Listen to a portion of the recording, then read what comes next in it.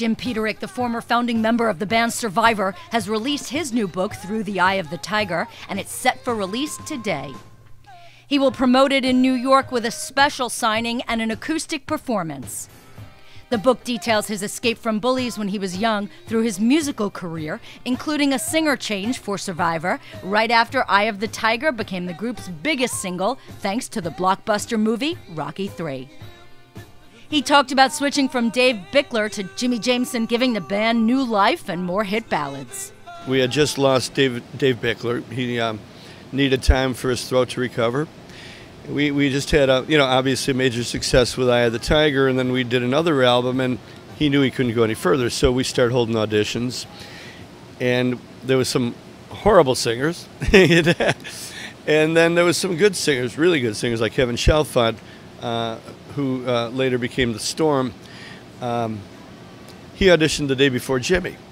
But when Jimmy arrived and I heard him singing in my ear, "Summer and smoke, diamonds and dust, go where you will, do what you must, broken promises," I'm going, whoo, okay, here we go.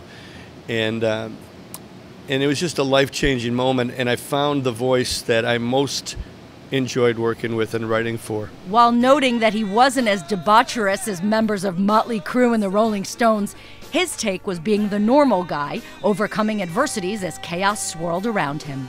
I think at first the biggest obstacle was thinking I didn't have a story.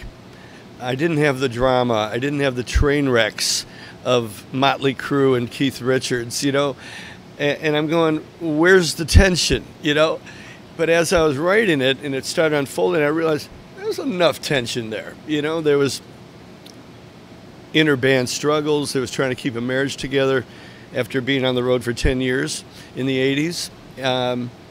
All sorts of stuff that I really glossed over. Like I say in the book, I kind of lived in a creative bubble. I would put my feelings into a song. When everybody else was partying, I was in my Holiday Inn room with an acoustic guitar trying to write the next album. And that shielded me from a lot of the BS. Lastly, he shared his thoughts on the continued popularity of Eye of the Tiger. I had no idea of what we had. I knew it was going to be like a big record because, hell, we had a $50 million video to go with it called Rocky III.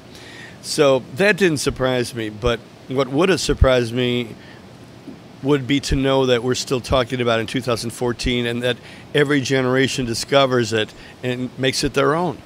That is a miracle. Jimmy Jameson passed away, unfortunately, on August 31st of this year, and we'll have Jim's thoughts on that and more about Through the Eye of the Tiger a little later on.